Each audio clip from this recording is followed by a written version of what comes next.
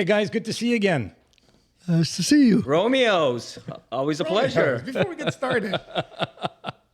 Okay. Before we jump into today's topic, I thought we should take a moment just to thank the wonderful people who have been joining us over the course of the past several weeks. Who's that? Some more than once. What are you talking about? Our audience. To my beloved family, We have an audience? my beloved family, I reacted the same way, but the fact of the to my matter- wife and to my kids. Thank you for doing this for us. Don't forget your friends. He doesn't have any. My friends, I don't think are tuning in. Both of them have.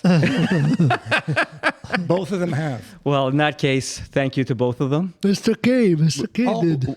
All kidding aside, guys, we started this out for our own benefit, just because we enjoyed one another's company. We What's wanted changed? to- Nothing's changed. Yeah, what's changed is that in addition to family and friends joining us, several other people have taken the time to either watch or listen to the podcast. And so I just wanted to take this opportunity to thank them and remind them that likes are good. If you enjoy what we're doing, let us know. Any other comments you may have are welcome. Good or bad? Good or bad, we appreciate the feedback. Constructive feedback is We will always answer. good. Do we answer the comments? We do. Okay. Who's Nice doing of you- that? Nice of you to be on top of things. Well, clearly not you. It's clearly not me. Take the easy path here, Aki. Wow. So, in spite of Aki's choosing not to entertain any comments Engage. from anyone, and This is coming from the engage, guy that's gone on record, Yeah. as, spouting engagement, Yeah, and I'm not right. And engaging. how come he gets his own camera? because Yeah. he's He special. can? Okay. He's special in so many ways, which we're not going to get into There today. you go. There you go. Hang on. And I also hang want on, to hang on. Is the camera even working? Now you're not seeing him. That's a rude gesture, by the way. Also, wanted to remind people watching that if you choose to subscribe, that would make us all very, very happy. So, thank you. Thank you for joining us. Very good. Yeah. Thank you. So, today's topic. I'm at the edge of my seat. Are you? Yes. You look uncomfortable. Yeah. It's because I'm gassy.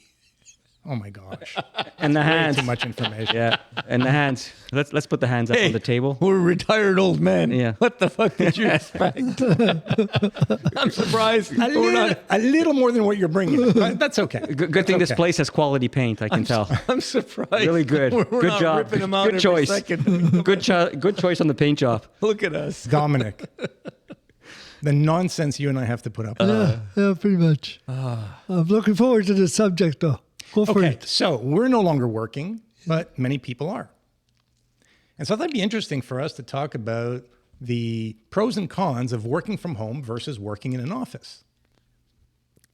Thoughts? Yeah, I think we've got to split it. Pros and cons for the worker, pros and cons for the employer. Because Excellent. it's different. So get us started, Totally Dominic. different. I don't see any pros for the employer. It's as simple as that. Short and sweet. 3 minutes. Short and sweet. Wait a sec. Are we Working changing from topics home. now? You're talking about working from home specifically. Yeah, working from Okay. home. Yeah. So I I agree think- 100%. I think it's another socialist plot to Socialist plot. Yeah, look. We're looking for at you, many Aki. centuries. Bring it on. For many centuries, work Oh, for God's sake. was important. It's not anymore. It's not. To whom? To people. I mean, to me, if you don't have a job, you can't have a family. They say, well, family time and this. We all did it. It worked. My wife worked. I worked. We had a family. We got 2 beautiful daughters, intelligent, educated. It's because now the pendulum is all on one side. Now, working from home as a manager, when you're managing people, all you get is emails.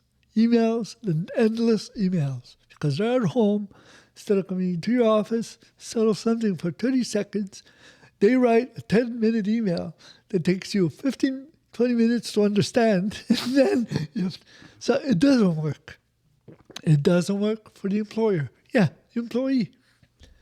They're at home. So do circumstances matter? And the reason I ask is that remote work or working from home has been an option in certain organizations for many, many, many years. But it seems to me that everything changed with the COVID pandemic. Yeah, because then And so employers had no choice and employees had no choice Yeah, but to work but from to home. but to work from home in order to ensure that you remain somewhat engaged, productive, and businesses can continue, organizations in general can continue operating. with some semblance of normality, right? And towards the end of the pandemic, when we began the process of returning to what we considered normal pre-pandemic, many employees seemed to feel that they were much better off working from home, and many employers seemed to be okay with that idea. But it's because employees obviously have a lot of more freedom at home, so they're going to say that. Employers, because of the shortage of employees, were forced to agree with it. Exactly. And managers now today, they want to be loved instead of be respected. There's a difference. Well, you say managers, but generally speaking, the decision within an organization as to whether or not remote work will be accepted and to what degree it will be accepted is not a decision that's made by management, generally speaking. It's made by top-level executives, right? It becomes part of an organization's culture and its way of operating. Because there are certain jobs, like inside sales. Yeah, you can do it from home because the results are there. They're very easy to evaluate. But other jobs, like I'm an accountant, I'm a financial guy, that's very hard. Very hard to see. Look, they can be at the office and still fucking the dog.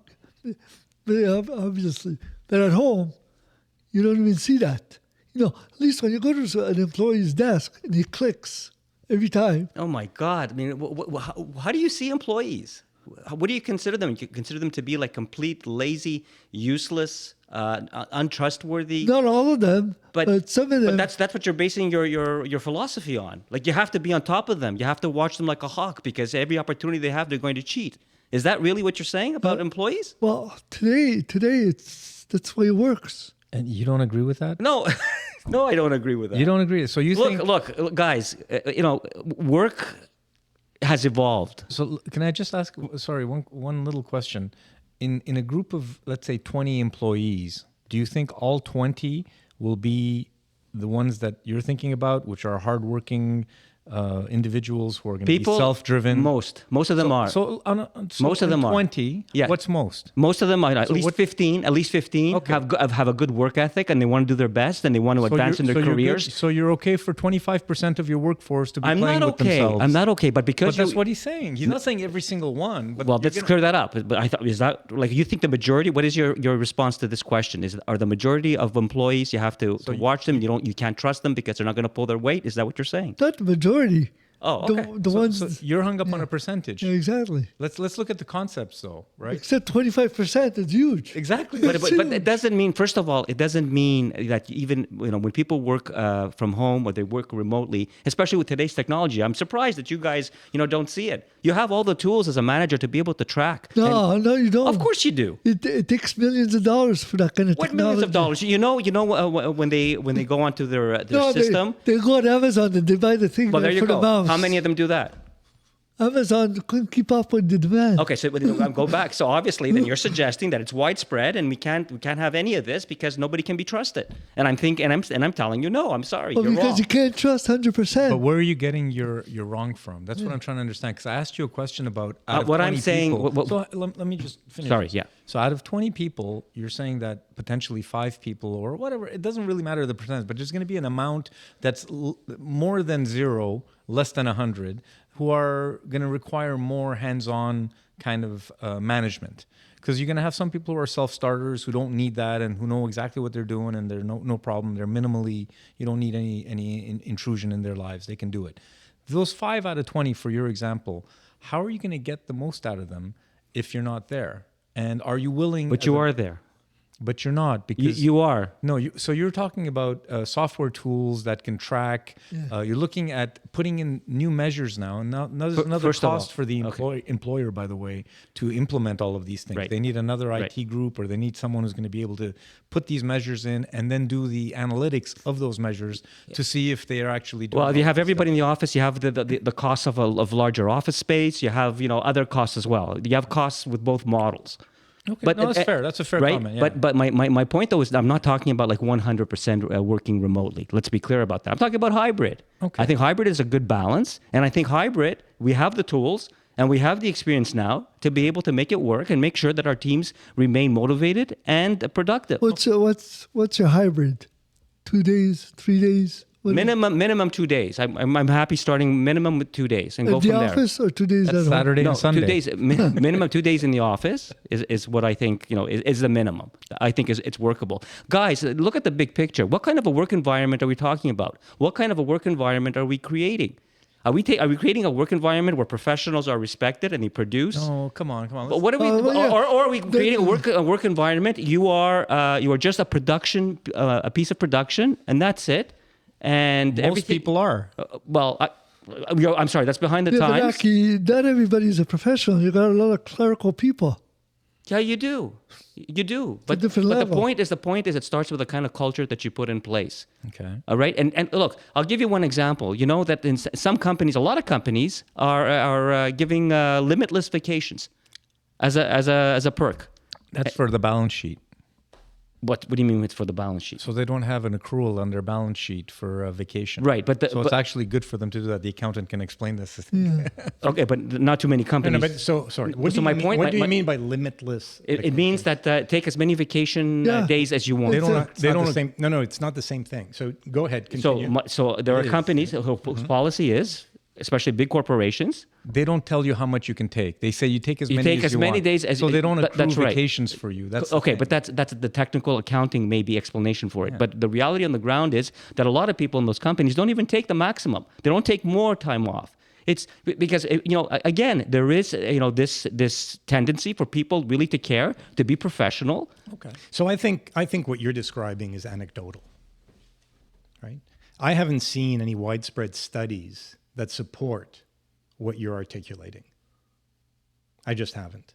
But we have seen there What are, I find interesting is if you consider the organizations that were among the first post-COVID to initially suggest and gradually move to demand that employees come back to the office. Perhaps surprising to some, these are some of the most successful high-performance organizations on the planet. True. I'm not sure. Organizations that we would have thought of pre-pandemic IBM. as being highly progressive organizations who offer tremendous benefits to their employees. In fact, benefits that the average employer can't even dream of offering. They were among the first to request that employees I'm not come back sure, to the office for a number of reasons. and that's because of productivity. I mean, So productivity is the one issue that doesn't get its fair share of airtime in this whole conversation. Yeah. We tend to, and I say we, not the four of us, we as a broader society seem to tiptoe around this issue of productivity. And I've heard very few executives from top organizations publicly come out and comment on this issue of productivity, and it being, if not the main reason, certainly one of the main reasons why they were asking employees to come back to the office. yeah, because they don't want to shit on their employees, right? Because when you say it's productivity, you're basically saying, guys, when you go home, you're not working as hard. So yeah, they're tiptoeing around that from an optics perspective. But the reality is the reason why they're going to call them back to the office is because of productivity. It has to be. I completely disagree. We can be productive.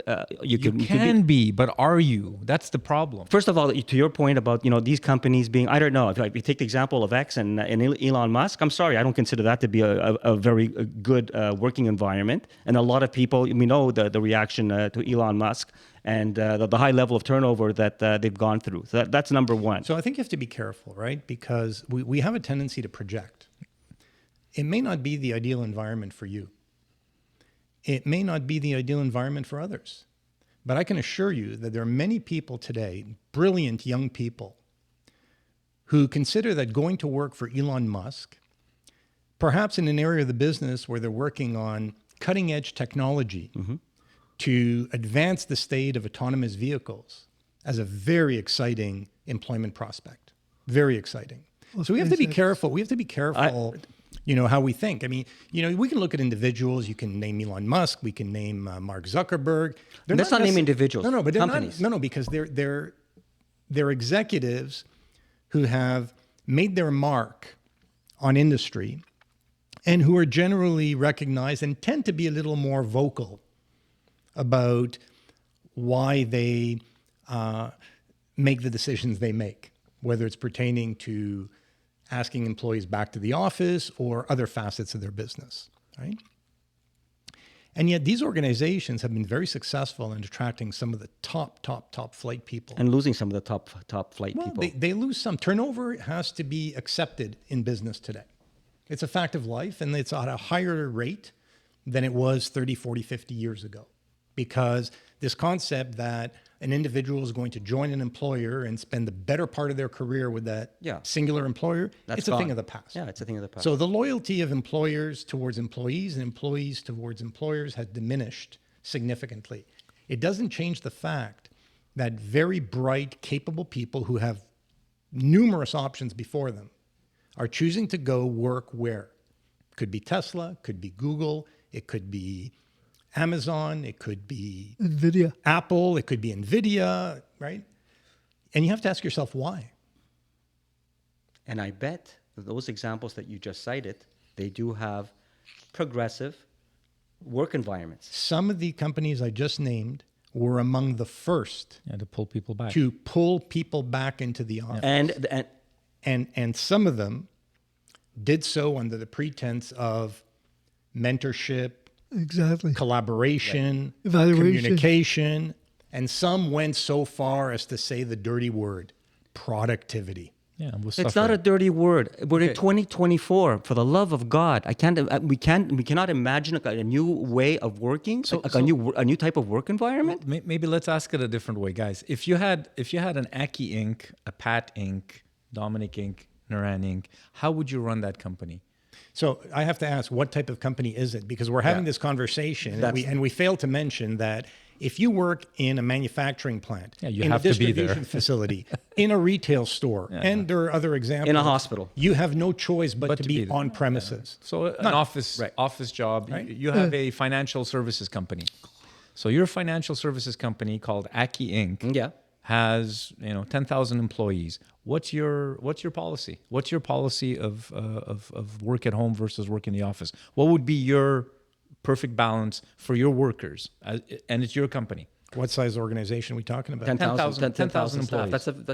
That's a look. I would be. All I'm saying is that to me it's a legitimate option to have on the table. Okay, so how would you structure your company? I would structure it. You would see what the kind of people that you have working for you. You would see what kind of talent you need. What kind of hiring do you need? No, but what are your competitors doing? There's a lot of elements here. There's not a cookie cutter answer to your question. I'm not saying build the business. The business is yours. You've had it for 30 years. They're already in the office. They're all the things that I just named. You have to weigh all of those factors. Okay. But then what would be your policy though? My policy would be to have a motivated, the best possible talent that's motivated and really dedicated to the mission of the company and really enjoys coming to work at that company. That is my ultimate goal. But Nora, I don't think that there should be a company-wide policy.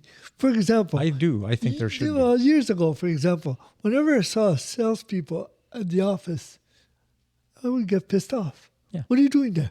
Go meet your customer. Exactly. But let's make a distinction, because you're talking about specific roles within an organization, and those roles generally may require time away from the office in order to meet your job requirements. Right. Versus a company-wide policy that suggests that for positions that are of a certain nature and have historically been conducted within an office environment, but today, because of technological advancements, you have the opportunity to perform outside of an office environment. What is your policy? Yeah. Your R&D guy is writing software. Do you want him in the office or at home? I want him in the office. Because ideas have to be shared quickly. It's not okay, and not through email, not through Teams, no. Yeah, you tap the guy on the shoulder next to you and say, "Hey, I got this issue. I've got this loop. I got to." Well, I don't know about you, but even in the office, what percentage of your interactions were like person face to face versus emails and versus communications when you were sitting at your desk? 50-50 at least. Yeah, but that's 50% more than at home. Yeah, Exactly. but that's right. But I mean, so what? You can play with these balances because circumstances have changed, because you have new needs now for new kinds of talent. So I'm just trying to figure out what's the motivation of you wanting to allow wanna people to have go good home. morale. You wanna have good morale. So you just want people to be happy. No, I want people. No, of course not. That's simplistic. I'm not going to go where you want me to go. You want people to be efficient. You almost did. You want people to be efficient. You want to succeed in your mission as an organization. That's the bottom line. So you want people to be efficient and effective and productive. and motivated. And motivated. And for you, that's a happy.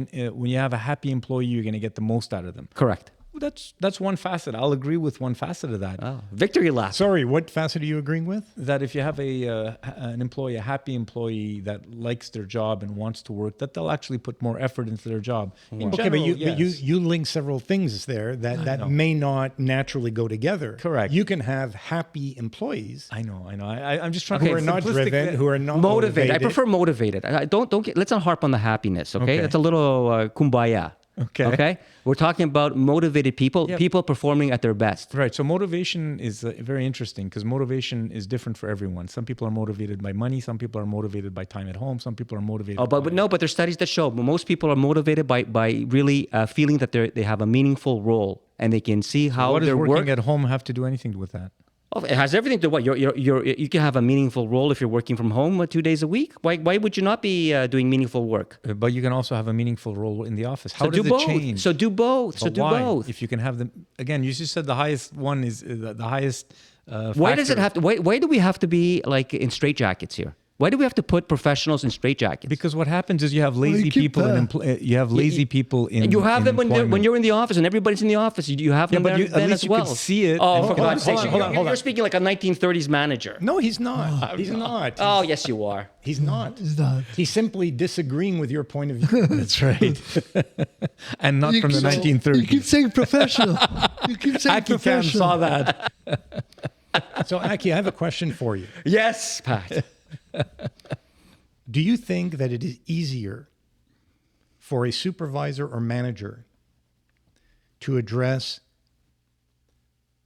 an individual whose performance is lacking if that employee is working from home or in an office environment? I think now we've reached the point where the two are equal. Interesting. Some of And us. what do you base that on? Yeah. It's about the relationship that you have with your teams. Whether somebody's working from home, it's the culture that you have, the work culture. It's the job objectives that are clear. It's having a management system in place, a tracking system in place. That has nothing to do with whether the person's working at home or right next to you in the office next door to you. I don't think so.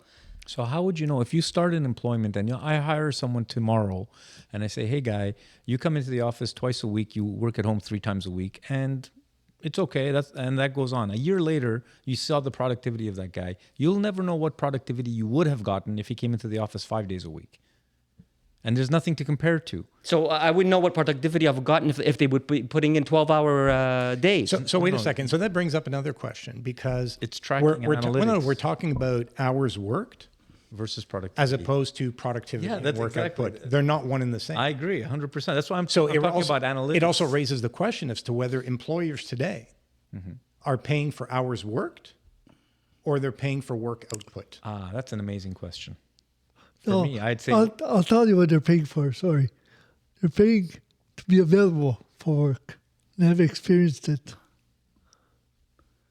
Am I the only one that has experience like working in a hybrid work environment from the four of I us? work from home all the time. I work Absolutely. from You're home. retired. You're all retired. Of course. There you go. No, Of course not. These are not new concepts. I was running Europe from Montreal. I always worked from home, and I was traveling a lot. So So I'll bring you back. Okay, so you think you were taking advantage? No, That but was that's- not, that was that's different. that gave you a lot of opportunity to take advantage and goof off. I'm not talking about. So it did give me the opportunity. I chose not to, but it gave. Did me, you always choose not to? No, not always. There were times when I would go for a jog because I wanted to clear my mind. So I would That's take fine. advantage of the situation. What's wrong with that? So what? No, I'm curious. So what impacted? And I'm not talking from one day to the next, but more from one organization to another.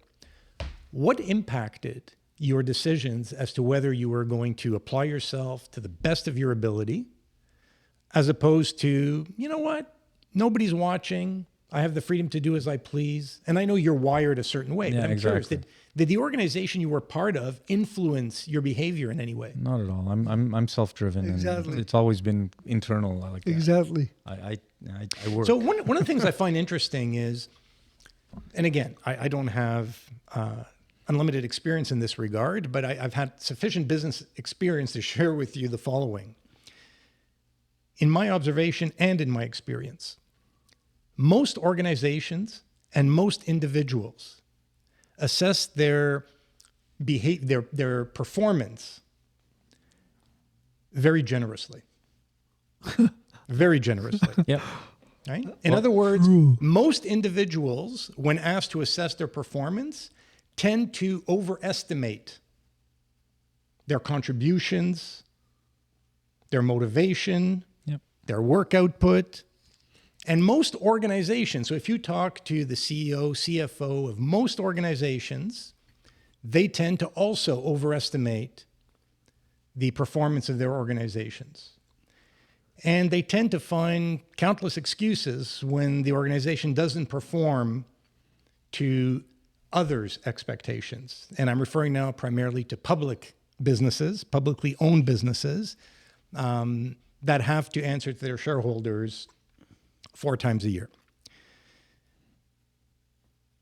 There is a difference when you look at top businesses. And what I mean by top businesses, the cream of the crop. If we look at the top 10, 15 companies in each industry sector, assuming there are that many in an industry sector, you will find noticeable differences in both the executive and the employee self-assessment. Yeah. People, It's not a coincidence. People do overestimate it. Exactly. I've Right. had, As a general rule, I'm not sure. I think yeah, the flip side is also true, that people tend to be very modest. no. That's I not think so. that's not the general rule. I've never That's not the experienced that. general I'm not rule. saying it's a general rule. So but I'm saying, I will share with you, without naming organizations, personal experiences where I will be probably conservative in telling you that when performance appraisal time came, over 80% of employees self-assessed as having met or exceeded expectations. Over 80%. Again, you're being anecdotal. No, No, he's talking not about anecdotal. I'm giving you experience experience. over 30 years I'm not sure about that with statistic. with a multitude. That's Well, fine. I'm telling you. But this is what you lived. I understand. Right? I understand. Okay. And the perspective was remarkable to me, because I would sit down first with members of the management team and then ask them to do the same with their employees to answer a very simple question. If we are individually and collectively as great as we think we are, why isn't that reflected in the company's overall performance? Could they answer that question? Okay. So Exactly. right. So our experiences are different. So no, I think, knowing you a little bit, that you probably have a tendency to give individuals much more credit than they deserve. Much more. Now, that's not obvious to some people who've been watching the podcast, because you've been pretty hard on certain generations. But having known you for a while, Right. you're a very positive individual. You tend to look at the good in people before anything else.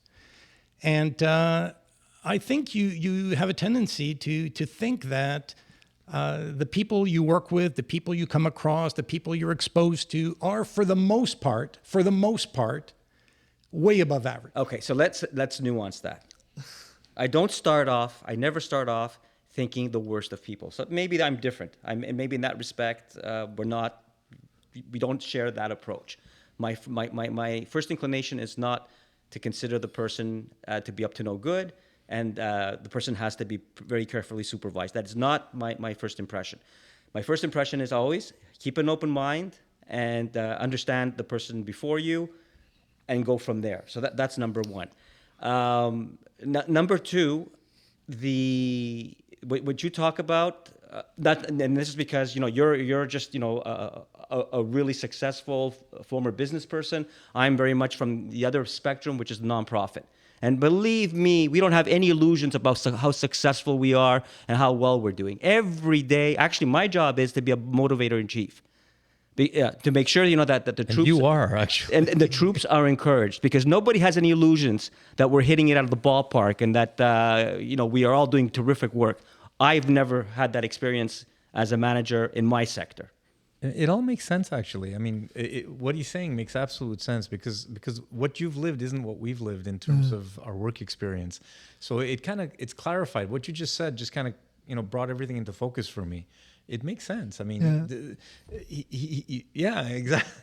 Because I mean, we're in the for-profit side, right, where productivity. It's a huge difference. Exactly. Huge. So from his perspective, I mean, but having said that, I agree with your perspective for your perspective, but not for the business side. But what Pat said, spot on. Exactly. But it doesn't have to be for profit, right? You can look at the public sector. I know, but the same would apply. Yeah.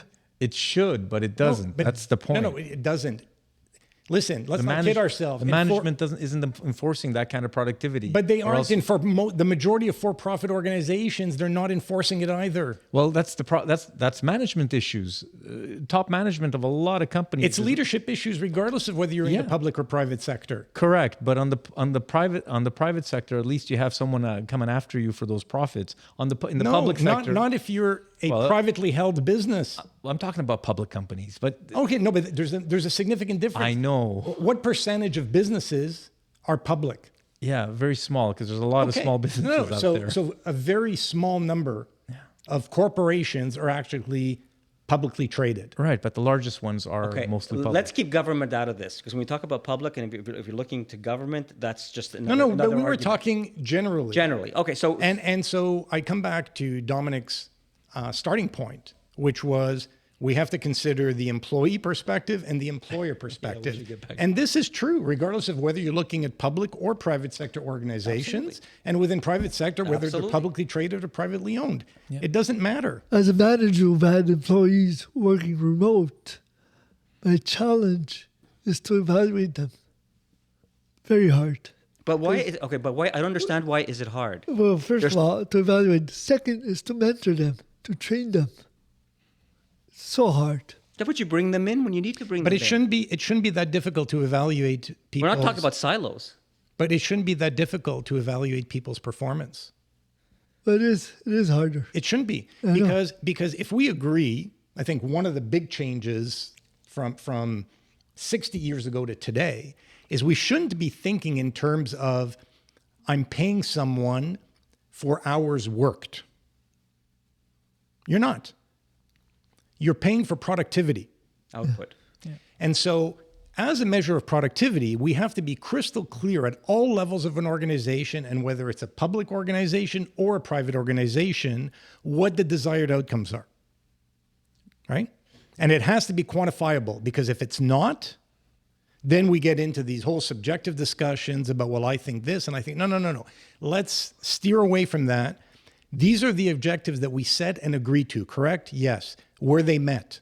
1, 2, 3, 4, 5, 6. Yeah, and they'll always say, but it's because of this and it's because of that. Doesn't matter. That's what everyone doesn't matter. At the end of the day, that's how you assess performance. Yeah. Right. So we agreed that these would be the following outputs within this time frame. Yep. It's entirely quantifiable. That's how you objectively assess performance. Of course. I agree. We call them KSOs. So whether someone is working remotely or working in an office environment, in that regard, it shouldn't make a difference. I think that where it makes a significant difference is when we look at developing our talent. I think it's much more challenging to coach and mentor individuals remotely than it is to do so in person. That's my view. I can confirm it. Even acknowledging that the technology has come a very, very long way, it still doesn't provide the same opportunities as the face-to-face interaction. But nobody's suggesting that you get rid of the face-to-face. You need to have, again, we're talking about hybrid models here, where you have the best of both worlds. We're in 2024. I have people that have terrific CVs, terrific track records, terrific references. I can see the potential. I can see the fit. I'm going to sit there now and insist that you have to be in the office 5 days and lose that person? Well, today I don't think that many organizations have the luxury of slamming the door shut, Especially for high performers. because there's a shortage of skilled people. Definitely. Right. So the demand today for talent exceeds the supply. Yep. So one interesting concept, which an executive in the financial services industry shared with me last year, is because they were experiencing some of these challenges post-COVID, is that now they offer candidates a choice. You can work from home or you can work in the office. And by the way, there's a 15% delta in pay. That's a great idea. I don't know if it's great, but it's an interesting approach. Yeah. I don't think that's a great idea either, because the guy that's working from home is going to say, well, now I have a reason to work 15% less hard. It's mentally, it's gonna put a block. Yeah. What I'm telling you is they people think cannot. that way. So in asking him, not only his personal perspective, but this very large financial services organization that he's a member of, what is their preference? Okay.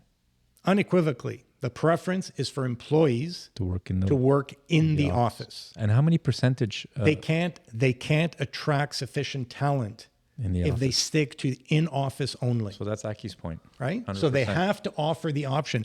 But to them, it's not a hybrid. It's one or the other. You're choosing at the time of employment.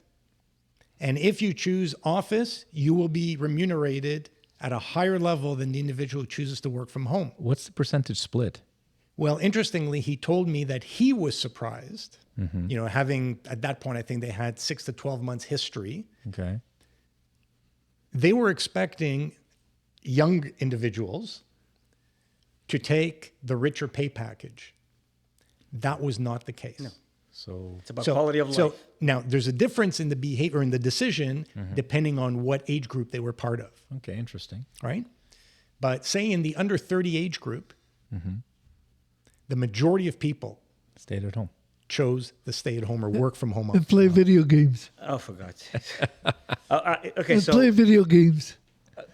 I would have a problem. Mark Domek down as undecided. So I would have a problem with that philosophy. For a little bit to your point about you have two classes of workers at the end of the day. So the person that's working from home and is very productive and exceeding their objectives, and the quality of their work is very evident. Why should that person, because they've made that choice they made the choice to have a certain work environment where they're at their optimum, at their best, why should they be getting paid less than the person who Because has to go to the office? if they were in the office, they'd be that much more productive. No, bullshit. Well, let's Okay, put it let a me different way. let me answer the question this way. Because they put a value on the travel time to and from work, which is eliminated. They put a value on essentially having to buy lunch every day as opposed to eating at home. They put a value on other factors that could include transportation costs, parking, fuel, Toilet paper. wear and tear on the automobile.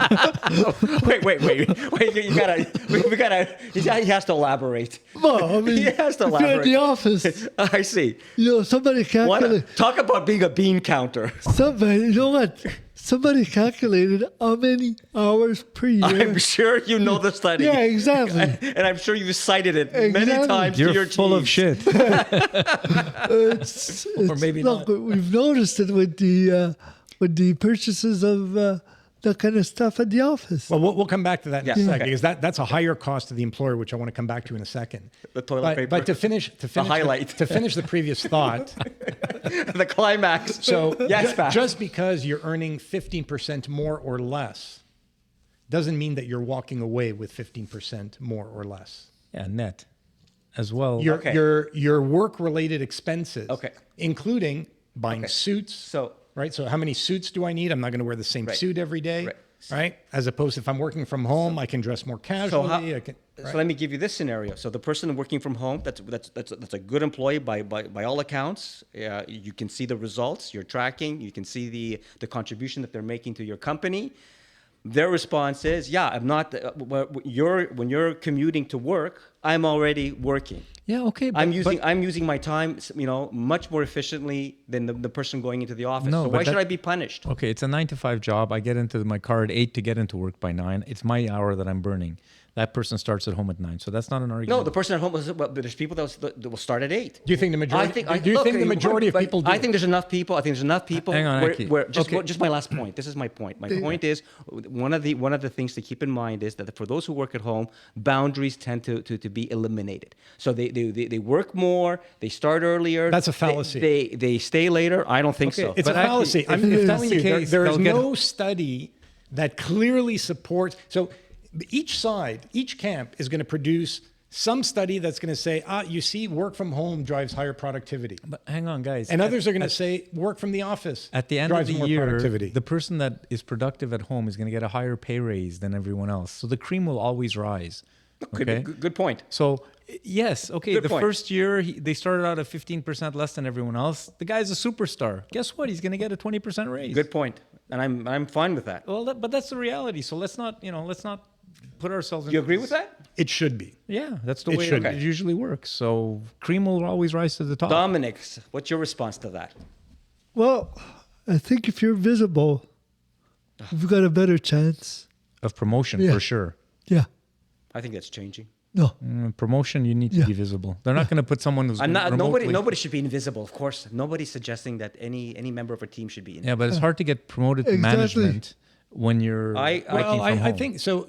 I think that was historically true. Again, I think that if you're a star, and I'm not talking about, an average or slightly above, I mean a true star, regardless of where you work from, you're going to get noticed. Yeah, I'm just saying that it'll be harder for Yeah. most people to get but promoted. Pat, I'm not talking about the stars. I think for organizations that are progressive in their evaluation practices, I don't think it's harder. I really don't. But how do you evaluate somebody who's always remote, let's say, how they interact with other people? It's very hard. Yeah. It's hard in the teams to see how they react in, let's say, all of a sudden there's an emergency or there's something. Conflict situation. I don't think yeah. it's hard at all. I disagree. I think that the indicators are very easy. I think that the highly driven, the high potential, high performance individual is going to find ways to get engaged regardless of where they're working from. Okay, Right? They're going to be in regular contact with their immediate manager. They're going to be in contact with other members of the organization, right? Because that's the nature of the beast. I never worry about the high potential, high performance individuals. Okay, but we're talking about everyone. But we have to else. recognize that's everyone else. that that's a minority Exactly. of any So organization. So you're talking about that one person. He's talking about the. I'm talking about the Well, it's not clerical- 1%. Yeah. Hopefully, it's more than that. Well, but it's and, a few handful of people that are Yeah. going to be the high performers. I'll say it's less than 10% of an organization. Oh, yeah, for way sure. less, Well, way no, less. it depends on the organization. True. You go to a Microsoft Oh, yeah. or an NVIDIA, Yeah, but I'm no. telling you, they're high performance. Yeah. That's the nature Yeah. of the beast. I'm just talking about, No, but so back to depending on what your organizational culture is, and I realize it's competitive out there. It's hard to attract the best.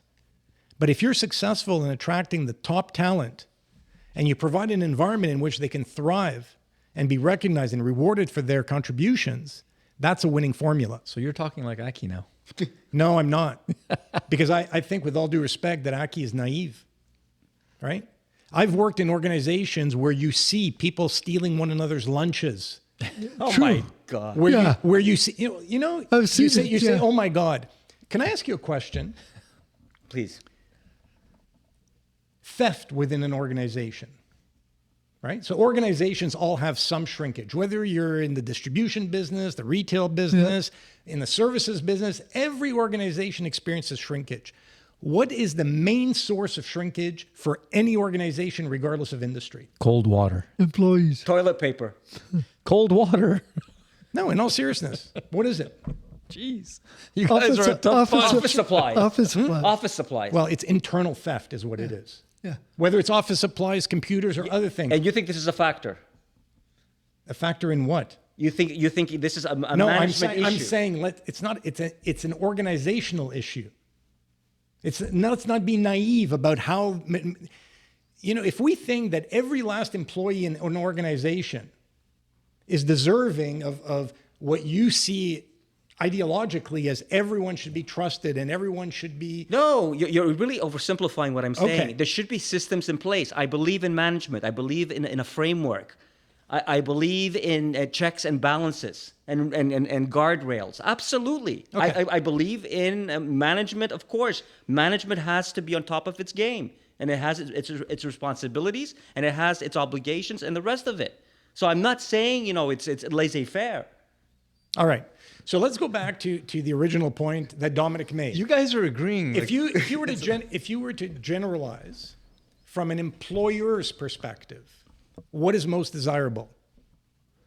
Well, hybrid, but skewed towards office. What does that look like? No more than 3 and 2. 3 days at the office. Okay, I can live with that. Okay.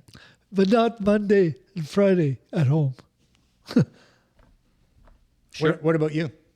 I mean, we're not far apart. So okay. I believe I think like a well-run organization could have any balance they like. So a well-run organization could do really well with having 2 days in the office and 3 days remote. I have no problem with that. Not every job, though. Some jobs. No, of course. Okay. Air traffic controllers. Well, so from my experience, I'd want everyone to be in the office. Yeah. I would want everyone to be in the office, except for the salespeople. Yeah. Your point, Yeah. because I was one of those at one Yeah. point as well. But yeah, no, I'd want everyone to be in the office. Thank you, Henry Ford. By the way, the reason why that can work, and this is from evidence from some friends of mine who are working in some high-tech places, when a company is run properly and is run really well and is very successful, the equity in that company, which is given out as RSUs or shares, stock to the employees, also rises very quickly if the company is effective and productive and is really good at their job. So yes, they're working their asses off. Yes, they're working in the office as opposed to at home. But yes, they're also making a lot of money and getting wealthy through the equity of the company that they're helping build through their work and productivity. So it's like a great little feedback loop that motivates people and makes them work harder at their job. But again, you're talking about a certain type. Yes, of course. This is a high-tech field with equity. It's a public company and so on and so forth. Mind you, even private companies, you can hand out shares or Well, generally they're you shadow type you can. options, right? It's not real equity in the business. Well, yeah. Well, You can, but generally not, Yeah. right? It's shadow share. well, yeah. You would need a liquidity event for it to be worth. To matter. Yeah. But, for the 3 and 2, let's say, I just did it, my last employment is that those 2 days, everybody has to be. It's those 2 days. You can't have employees choose from one week to another which day they're coming in or which No, it has 2 to be. days. It has to be a steady But schedule. that could be problematic as well, right? Because if you're the employer, Yeah. that means that a hoteling concept is out of the question. In other words, you have to have facilities that accommodate full staffing levels, even though people are absent the same 2 days or 3 days every week. Yeah, 40% of the time they're not in the That office. can prove very costly for the employer. Yeah. But I think in the end, it pays off. I really do. Don't know. It'd be interesting to see some studies. So what would you do, then, Pat?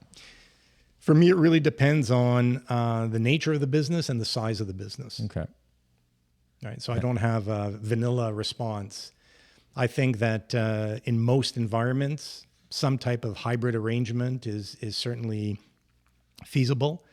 I'm not sure that satisfies the needs of either party to the extent they would like to satisfy those needs. It Right? also It becomes a compromise position where neither side is really getting what they're after. That's the issue I have with it. But I think that it's a workable solution. However, I disagree that it would have to be the same days. I think that there may be specific events involving a team or an organization that requires everyone to be present.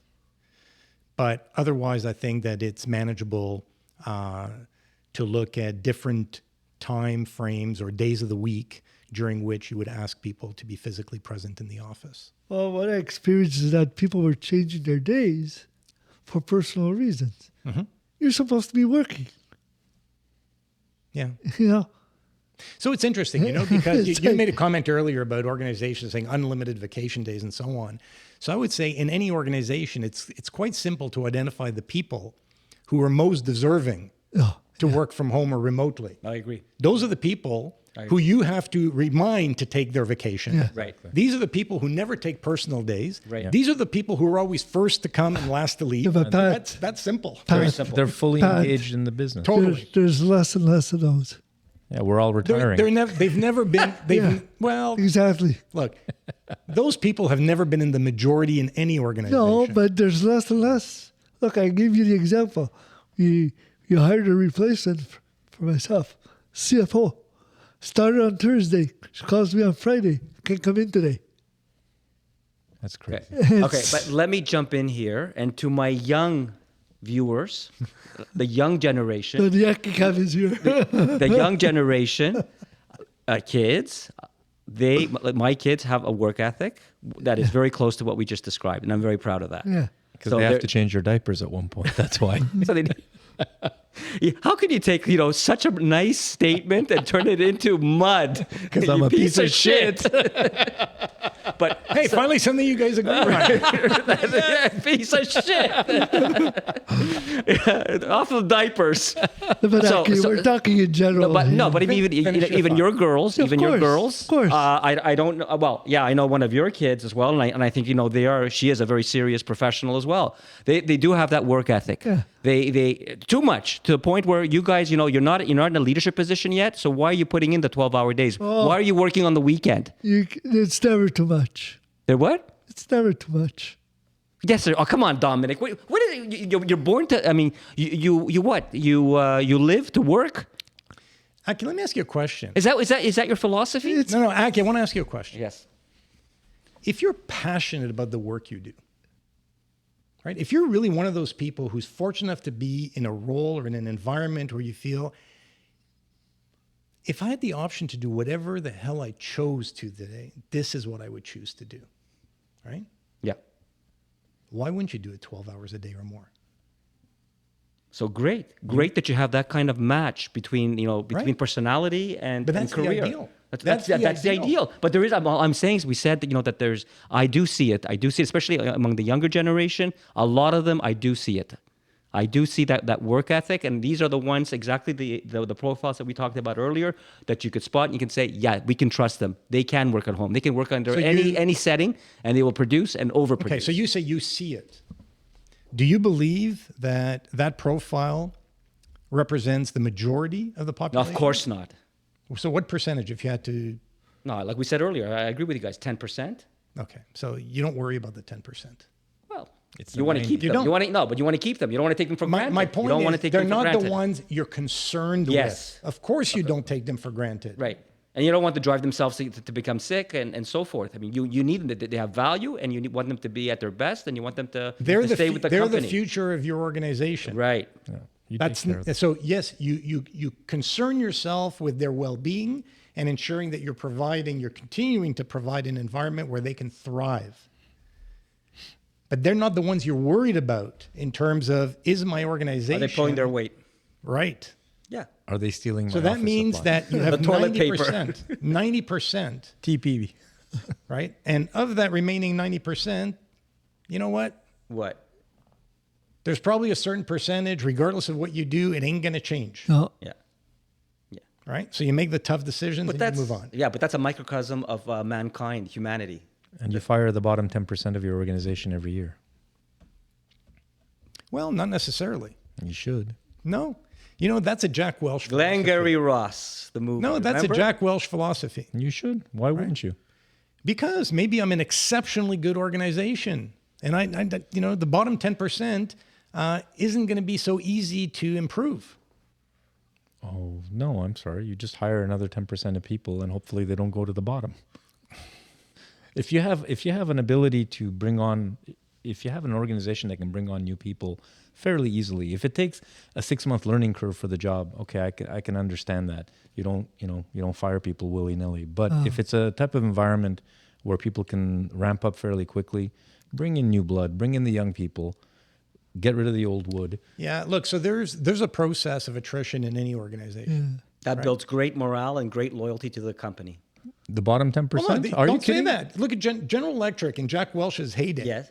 Was the most admired company on the planet.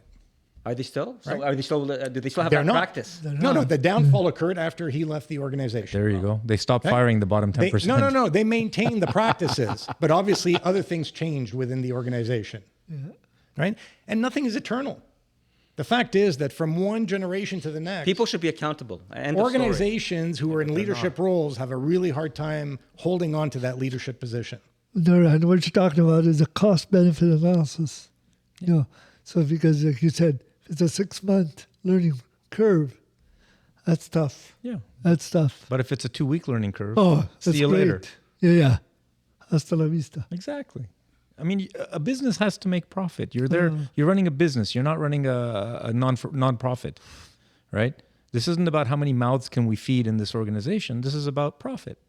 Now, Well, but so, it's interesting because the philosophy doesn't have to be tied to whether it's for profit or not. Because any organization, I know any you're getting nuanced organization- on me. Well, no, but any organization should strive or could strive yes, for to greatness. optimize performance. Yes, I know you're right philosophically, but in So- reality, it's not. Well, you're always saying the case. same thing. I mean, Yeah. I come from biotech. We have no revenues for at least the first 12 years. So it's all profit, but it's valuation, Yeah. which is essentially profit, in the end. So it's... You got to love those environments. I can't imagine the kind of environment that you're talking about, where at the end of the year, that 10% of you are gone. Like, what kind of organization and what kind of mission is that? Excellence. Yeah, Oh, excellence! seriously. What? What's the issue?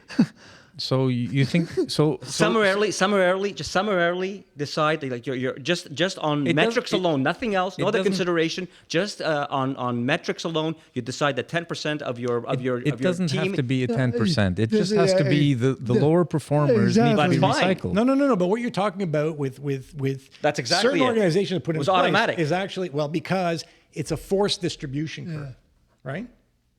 So you have your top 20%, you have your bottom 20%, and you have what's in between. Yeah. And what it does is it eliminates the scenario I depicted earlier where people are self-assessing and the curve is actually heavily skewed to the right, where 80% of individuals Our superstars. believe that their stars are superstars. 80%. And so some really, really top flight organizations, and this is decades ago, decided we're not going to have that. Regardless of how well we perform as an organization, we're going to have a distribution that says, here are the top people in our organization, and we're going to do everything we can to retain those people forever and a day. Yep. So they get the pay That's raises. priority one. Priority two is the bottom feeders. Out. And we replace them. Okay. And the goal is we continuously improve the talent level within the organization. So in other words, you talk about capital. Well, human capital, at the end of the day, is the most vitally important element of your business. It is. Correct. So they treat it as such. That's right. But to go back to your example, so that means you have a near perfect management system. You have your good managers, you have good onboarding, you have good training. So all of your people are absolutely there. They have to perform at the top of their abilities because they have all these supports and all these opportunities that you've given them. If you can make the argument that's exactly what we're talking about, like it's like a 5-star management system, no fallibility. We really have put in place the best and untouchable system in the management world. I can understand that. But I think it's very. It's oversimplified. You're saying it's subjective. It's very oversimplified. It's not. But he's saying it is. No, but It's so oversimplified. He's wrong. Why are they Because- failing? Why are some people not performing at the best of their So abilities? it comes down. 'Cause they're idiots. So performance. No. So okay, listen. You know what? Let's look at it tangibly. I'm with Dominic. What what they are. what are the elements that go into performance? Leadership. No. No. Knowledge, skill, not one and the same, and effort. And when I mean effort, it's activity. Those are the three factors that go into performance. So if you happen to be a highly knowledgeable and highly skilled individual, and you apply a considerable amount of effort, your output, your performance is going to be top flight.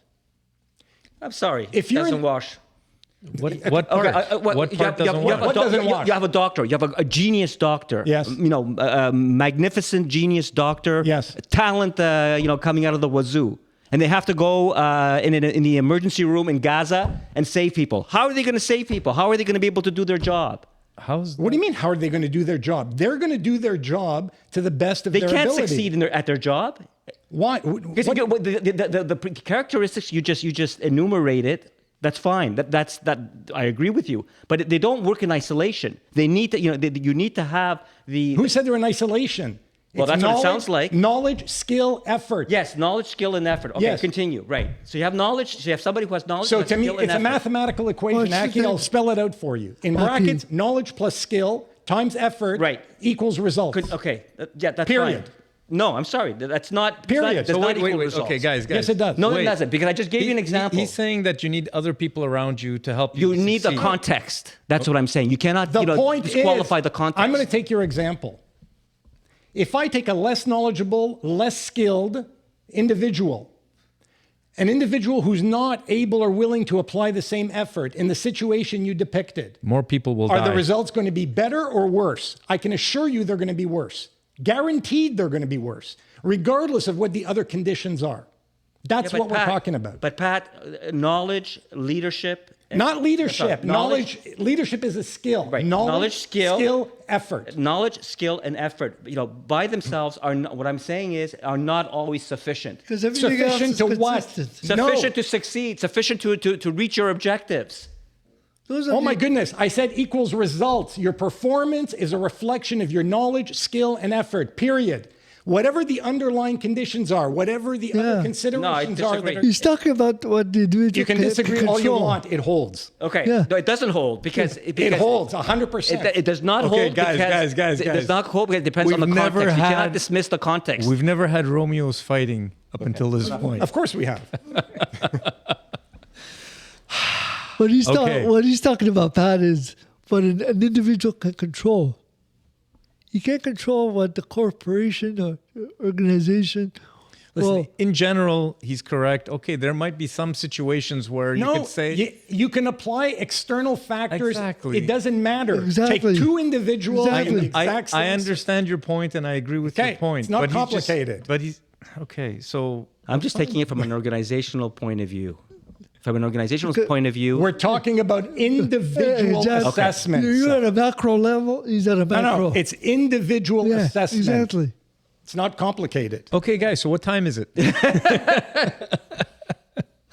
I think it's okay. So It's time to go to work remote. oh, there we go. The SD card is full, so this is stopped. This is still going. Okay. So, guys, I think we all figured out that you want to work from home. You're kind of reluctant to work from home, but you're okay with it if it has to be. I wanna work but the hybrid. the same 2 days all the time. You're Hybrid. hybrid. I'm like, no, hard ass. I want you in the office. Right. And you, it's like, yeah, it depends. Of course it depends. of course, it Yeah, depends. but the answer for everything is it depends. You're an economist now. Okay. So, give me something. Nothing. I earlier said that Yes. some form of hybrid. Some form of hybrid. Right. Okay. All right. So I'm the only hard ass here. And all Yeah. I'm saying is, Yeah, you're the dinosaur. when you want to put your exact model in place, I think you have to look at more specific detail before you optimize the model for your situation. Okay. Yeah, I would very reluctantly do remote for maybe some of the highest performers in the organization, but that's about it. But okay, so that's where we're at, guys. All right. Sounds good. So before anyone kills someone else, Oh, that'll happen off camera. All right, guys, thanks. Thanks, Thank everyone. you. All right, we'll see you next Good. time. Thank Great you. job, guys. Take care. Bye.